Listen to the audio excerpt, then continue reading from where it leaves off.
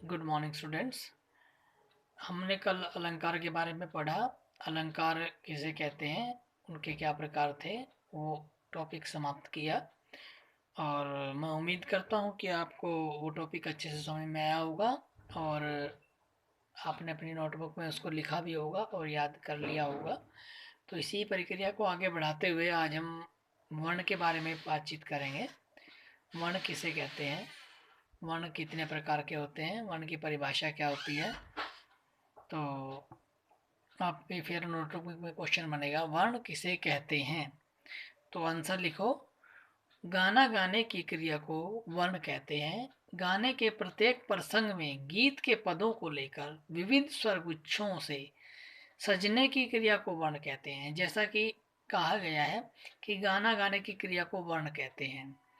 और गाने के प्रसंग में मतलब कि गाने के जो शब्द होते हैं उसमें जो स्वर के गुच्छे होते हैं, जैसे नोटेशन होती है, स्वर मिलते हैं, तो उनको मिलने के बाद वह क्रिया वर्ण कहलाती है। जैसे आपके राग में, आपने सिलेबस में आपका राग मालकोस है जिसकी बंदिश है, मुख मोड़ मोड़ मुस्कात जात। मैं गा के दिखाता हूँ आपको, फिर इसकी नोटेशन करके दिखाऊंगा ताकि आपको ये टॉपिक थोड़ा क्लियर हो जाए। हाँ, मुख मोड़ मोड़ मुस्कात जात, ये आपकी बंदिश की पहली लाइन है। तो इसकी स्वर गुच्छों, जैसे अभी डेफिनेशन बताया है कि विविध स्वर गुच्छों के सजने को वर्ण कहते हैं। तो इसका क्या स्वर गुच्छा बनेगा, म म ग म ग स नि सा धा नि सा, म ग म म ग म ग स नि सा धा नि सा, म ग म मुख मोड़ मोड़ मुस्कात जात। तो ऐसे शब्दों को स्वर में जोड़ा जाता है, तो इसी प्रक्रिया को हम वर्ण कहते हैं। आगे पढ़ेंगे। वर्ण संगीत की विशालता है, महानता है, जो संगीत की रचना को रंजकता और सुंदरता प्रदान करती है। वास्तव में वर्ण काम क्रिया है, वह संगीत में लय है जिसे स्थायी, आरोही, अवरोही तथा संचारी चार वर्णों में प्रयुक्त किया गया है। इन चारों वर्णों के द्वारा ही राग में रंजकता, सुंदरता बढ़ती है और राग सुंदर लगता है, आकर्षक लगता है, जिसे सुनकर श्रोतागण मंत्रमुग्ध हो जाते हैं। अब ये स्थायी वर्ण क्या है, आरोही वर्ण क्या है, अवरोही क्या है और संचारी क्या है। बेटे, स्थायी वर्ण किसे कहते हैं कि किसी भी एक स्वर को गाने या बजाने अथवा उच्चारण करने को स्थायी कहते हैं। अर्थात जो स्वरों को ठहरकर या बार बार बोलने या गाने की क्रिया को भी वर्ण कहा जाता है। ताकि जिन स्वरों को बार बार रिपीट किया जाता है, गाया जाता है, उसको स्थायी वर्ण कहते हैं। जैसे सा सा, रे रे गा गा मा मा पा पा दा दा नी नी सा सा, सा सा नी नी दा दा पा पा मा मा गा गा रे रे, बार बार रिपीट हो रहे हैं, तो इसको हम स्थायी वर्ण कहते हैं। अब आया आरोही वर्ण किसे कहते हैं। आरोही वर्ण वे वर्ण होते हैं, जैसे आपके पिछले टॉपिक में मैंने बताया था कि आरोही अवरोही की डेफिनेशन, जो स्वर से वो नीचे से ऊपर जाते हैं वो आरोही कहलाते हैं, और जो ऊपर से नीचे आते हैं वो अवरोही कहते हैं।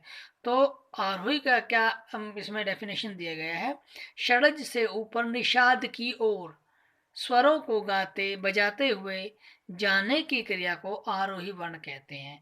जैसे अर्थात नीचे स्वर से ऊंचे स्वर तक चढ़ना, जैसे मैंने आपको कल भी बताया था आरोही वर्ण, सा रे गा मा पा दा नी सा, ये आरोही वर्ण हो गया, इसे आरोही वर्ण कहते हैं। अवरोही वर्ण किसे कहते हैं।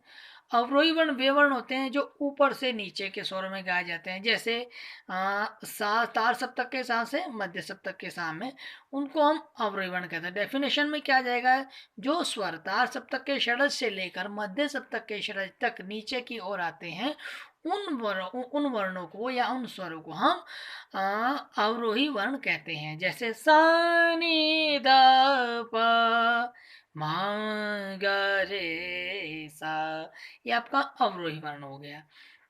अब थोड़ी सी जानकारी आपको बता देता हूँ बेटा, 11th में से आपने पढ़ा होगा स्वर, जो हम सारे गामा पादा निशा ये स्वर शब्द हैं, इनके एक शास्त्रीय संगीत के नाम भी हैं, जो उनकी अलग नाम है। सा को हम षडज कहेंगे, रे को ऋषभ, गा को गंधार, मा को मध्यम, पा को पंचम, धा को धैवत, नी को निषाद कहेंगे। ठीक है। अब आया संचारी वर्ण। संचारी वर्ण किससे कहते हैं? संचारी वर्ण ये वे वर्ण होते हैं जो स्थायी, आरोही, अवरोही इन तीनों वर्णों का सम्मिश्रण होता है, मिश्रण होता है। डेफिनेशन में ही क्या कह रहे हैं कि स्थायी, आरोही, अवरोही इन तीनों वर्णों के संयोग से जब स्वरों को उलट पुलट कर किया जाता है या तीनों वर्णों को मिलाकर अपना रूप अलग दिखाते हैं तीनों वर्ण मिलकर, और तब उन्हें संचारी वर्ण कहते हैं। इनमें कभी कोई स्वर ऊपर चढ़ता है, कोई स्वर नीचे उतरता है, किसी स्वर को बार बार प्रयुक्त किया जाता है और कभी एक एक स्वर को कई कई बार भी प्रयुक्त किया जाता है। तो यही कहा गया है कि स्थायी वर्ण को हर एक स्वर, जैसे तीनों स्वरों को आरोही, अवरोही और आरोही, स्थायी, आरोही, अवरोही का मिश्रण यह संचारी वर्ण कहलाता है।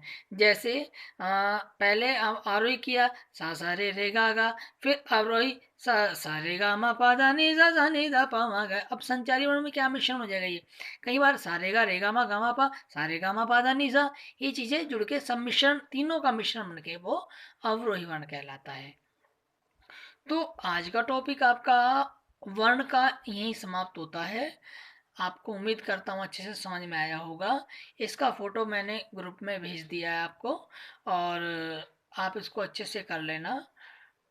कल का आपका टॉपिक रहेगा कण और मुर्की। कण किसे कहते हैं उसकी डेफिनेशन, कण कितने प्रकार का होता है उनकी डेफिनेशन आएगी, और मुर्की, मुर्की किसे कहते हैं, हमारे गाने बजाने में मुर्की का क्या स्थान है, और मुर्की किस प्रकार हमारे गाने में प्रयुक्त की जाती है। तो बेटे आज का ये आपकी क्लास यहीं समाप्त होती है। उम्मीद करता हूँ आपको अच्छा लगा होगा सुनने में और आपको समझ में आया होगा। Thank you so much.